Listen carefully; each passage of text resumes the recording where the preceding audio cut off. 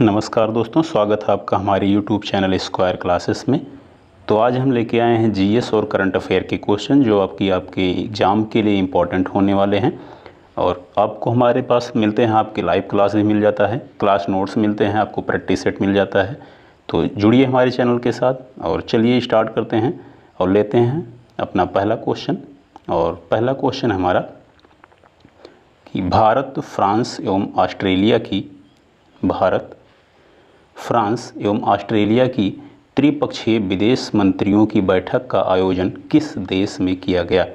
क्या इसका आयोजन भारत में किया गया, या फ्रांस में किया गया, या ऑस्ट्रेलिया में किया गया, या ब्रिटेन में किया गया? तो बताना है कि जो भारत, फ्रांस और ऑस्ट्रेलिया की जो त्रिपक्षीय मंत्री स्तरीय बैठक हुई है उसका जो आयोजन हुआ है वह कहाँ पर हुआ है। तो इसका जो आयोजन हुआ है वह हुआ है ब्रिटेन में। तो आपका ऑप्शन जो सही है वो डी ऑप्शन सही है, यानी जो त्रिपक्षीय बैठक हुई है उसका जो आयोजन हुआ है वो ब्रिटेन में आपका हुआ है। चलिए अगले प्रश्न पर चलते हैं और लेते हैं दूसरा प्रश्न। और दूसरा प्रश्न हमारा कि निम्नलिखित में से किस समाज सुधारक ने 1826 के जूरी अधिनियम का घोर विरोध किया? जो 1826 का जूरी अधिनियम था उसका विरोध किसने किया, इसको बताना है आपको।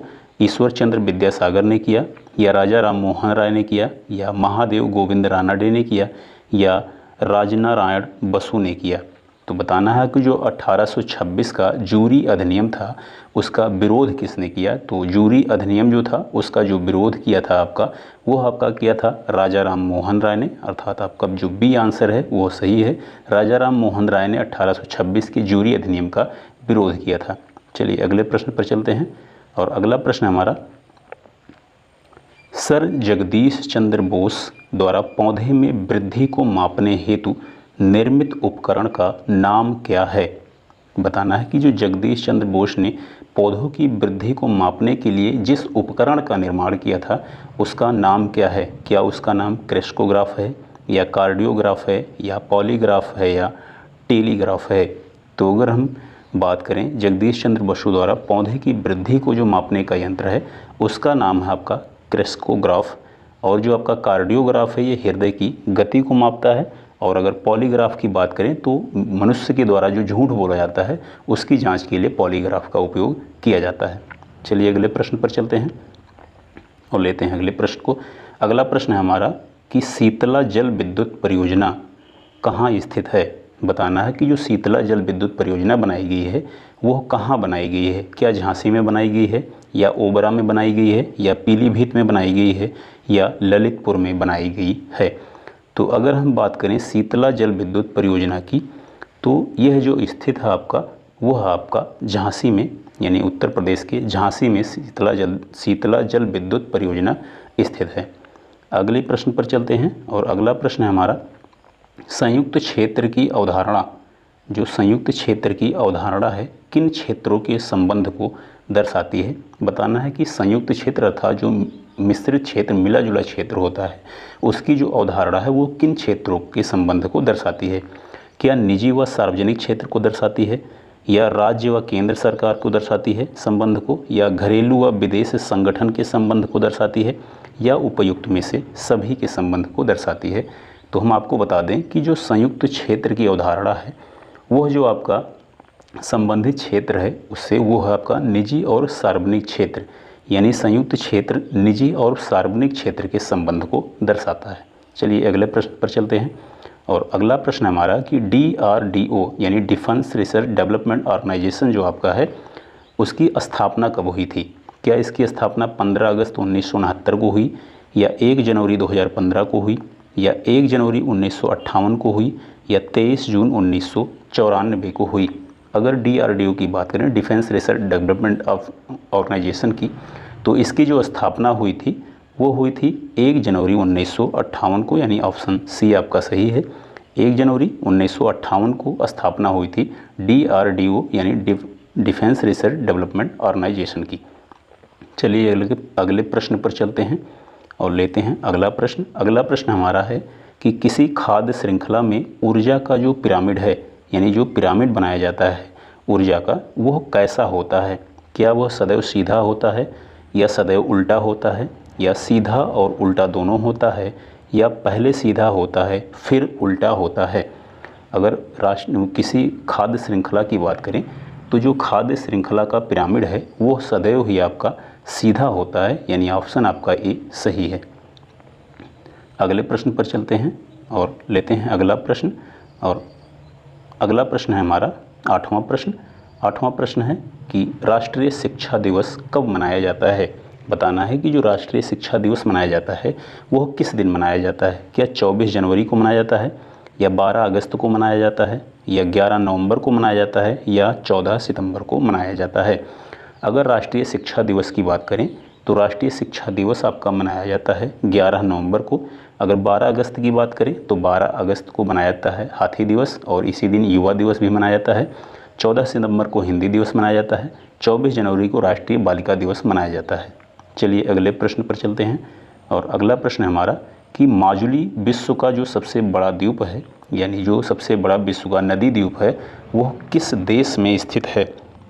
आपको बताना है कि माजुली द्वीप जो है वो किस देश में है।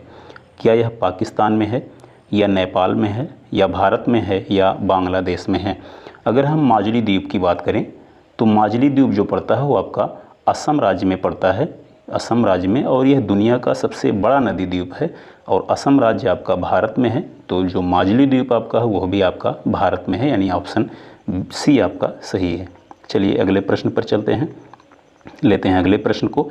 और अगला प्रश्न है हमारा कि किस कोशिकांग को कोशिका का मास्टर कहा जाता है।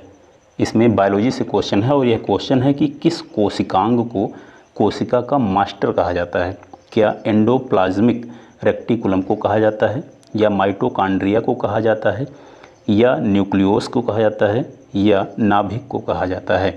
तो कोशिकांग का जो कोशिका का मास्टर कहा जाता है वह कहा जाता है आपको नाभिक को, यानी आपका डी ऑप्शन सही है। नाभिक को कोशिकांग को कोशिकांग का मास्टर कहा जाता है।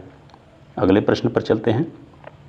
और अगला प्रश्न है हमारा कि शाकंभरी देवी मेला, जो आपका मेला है, शाकंभरी देवी मेला का आयोजन कहाँ किया जाता है।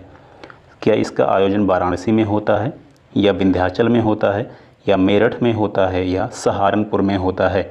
तो शाकंभरी देवी का जो मेला है उसका जो आयोजन है वह कहाँ होता है आपको बताना है।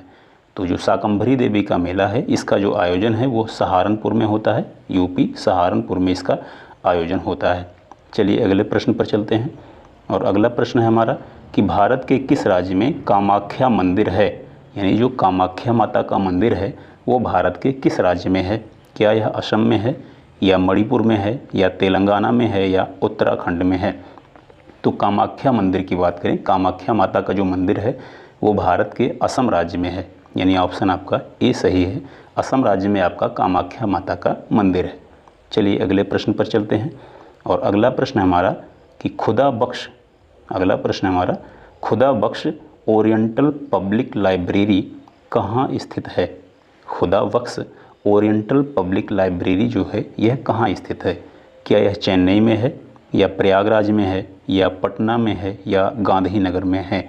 तो खुदा बख्श ओरिएंटल पब्लिक लाइब्रेरी जो है यह आपका बिहार राज्य में है, और बिहार राज्य के पटना में इसका जो स्थान है, मतलब यह स्थित है, वो पटना में है। तो आपका सी ऑप्शन सही है। चलिए अगले प्रश्न पर चलते हैं।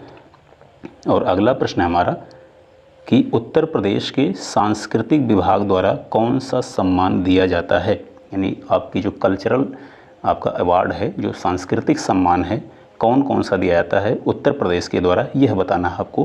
क्या यश भारती सम्मान उत्तर प्रदेश के द्वारा दिया जाता है, या काशीराम कला सम्मान दिया जाता है, या संत रविदास कला सम्मान दिया जाता है, या उपर्युक्त सभी सम्मान उत्तर प्रदेश के द्वारा दिए जाते हैं। तो अगर उत्तर प्रदेश संस्कृति विभाग की बात करें तो इसके द्वारा आपका यश भारती सम्मान भी दिया जाता है, काशीराम कला सम्मान भी दिया जाता है, संत रविदास कला सम्मान भी दिया जाता है, यानी जो आपका आंसर सही है वो है आपका उपर्युक्त सभी। चलिए अगले प्रश्न पर चलते हैं और अगला प्रश्न लेते हैं। अगला प्रश्न है कि ट्विटर के नए CEO कौन बने हैं। CEO अर्थात चीफ एग्जीक्यूटिव ऑफिसर, यानी मुख्य अधिशासी अधिकारी किसे बनाया गया है ट्विटर का।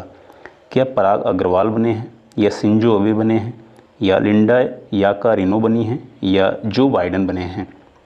तो पराग अग्रवाल की बात करें तो पराग अग्रवाल पूर्व सीईओ थे।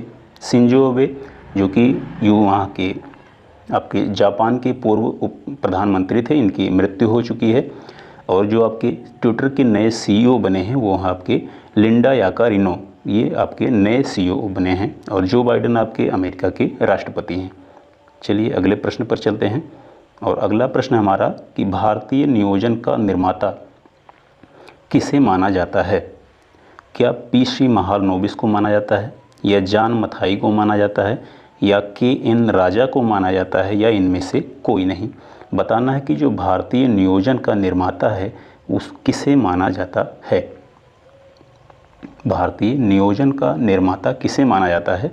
तो यह माना जाता है आपका पीसी महालनोबिस का, जिन्होंने पंचवर्षीय योजना में अपना योगदान दिया। पीसी महालनोबिस को भारतीय नियोजन का निर्माता माना जाता है।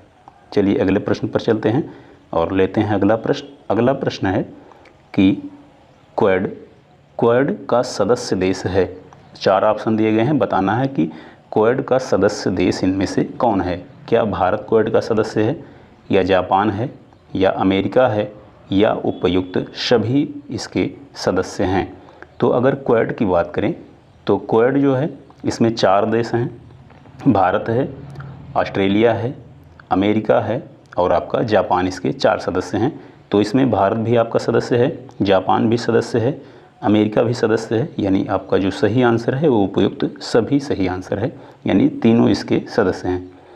चलिए अगले प्रश्न पर चलते हैं और लेते हैं अगला प्रश्न। अगला प्रश्न है हमारा कि मुक्त व्यापार समझौता लागू करने वाला विश्व का पहला देश कौन सा है? यानी विश्व का ऐसा पहला देश कौन सा है जिसने मुक्त व्यापार समझौते को अपने यहाँ पर लागू किया है? तो क्या वह सिंगापुर है, या मलेशिया है, या वियतनाम है, या भूटान है? तो मुक्त व्यापार लागू करने वाला दुनिया का जो पहला देश है वो है आपका सिंगापुर। मुक्त व्यापार समझौता लागू करने वाला जो देश है वो है आपका सिंगापुर। ऑप्शन ए आपका सही आंसर है। चलिए अगले प्रश्न पर चलते हैं और लेते हैं अगला प्रश्न। और अगला प्रश्न हमारा 19वां है कि बताना है कि इनमें से सुमेलित कौन सा नहीं है। 4 ऑप्शन दिए गए हैं, चारों में 3 ऑप्शन आपके सुमेलित हैं और एक ऑप्शन ऐसा है जो सुमेलित नहीं है। आपको वही बताना है कि कौन सुमेलित नहीं है। बताना है आपका ऑप्शन ए जो है, बिरजू महाराज का संबंध क्या कत्थक से है? यानी जो आपके बिरजू महाराज हैं उनका संबंध कत्थक से है, या बिस्मिल्लाह खां का संबंध शहनाई से है, या जाकिर हुसैन का संबंध हारमोनियम से है, और अमजद अली खां का संबंध सरोद से है। आपको इसमें जो सुमेलित नहीं है यानी जिसका गलत मिलान है उसी को बताना है। तो अगर हम ऑप्शन ए की बात करें बिरजू महाराज की, तो इनका संबंध कत्थक से है, ये सही है। बिस्मिल्लाह खां की बात करें तो बिस्मिल्लाह खां का भी संबंध शहनाई से है, ये भी आपका ऑप्शन सही है। अगर हम जाकिर हुसैन की बात करें तो जाकिर हुसैन का संबंध हारमोनियम से नहीं है, इनका संबंध है तबला से। किसका? जाकिर हुसैन का संबंध जो है वो तबला से है। और अमजद अली का जो संबंध है वो सरोद से है, यानी ऑप्शन चौथा भी सही है। तो इसमें जो आपका सुमेलित नहीं है वो आपका सी ऑप्शन है, यानी जाकिर हुसैन का संबंध हारमोनियम से नहीं है, इनका संबंध तबला से है। चलिए अगले प्रश्न पर चलते हैं और अगला प्रश्न हमारा, प्रसिद्ध शास्त्रीय गायक भीमसेन जोशी का संबंध किससे है? बताना है कि जो भीमसेन जोशी हैं इनका संबंध किससे है। क्या इनका संबंध बनारस घराना से है, या इनका संबंध किराना घराना से है, या इनका संबंध लखनऊ घराना से है, या इनका संबंध रामपुर घराना से है? तो अगर भीमसेन जोशी की बात करें तो इनका जो संबंध है वो है किराना घराना से।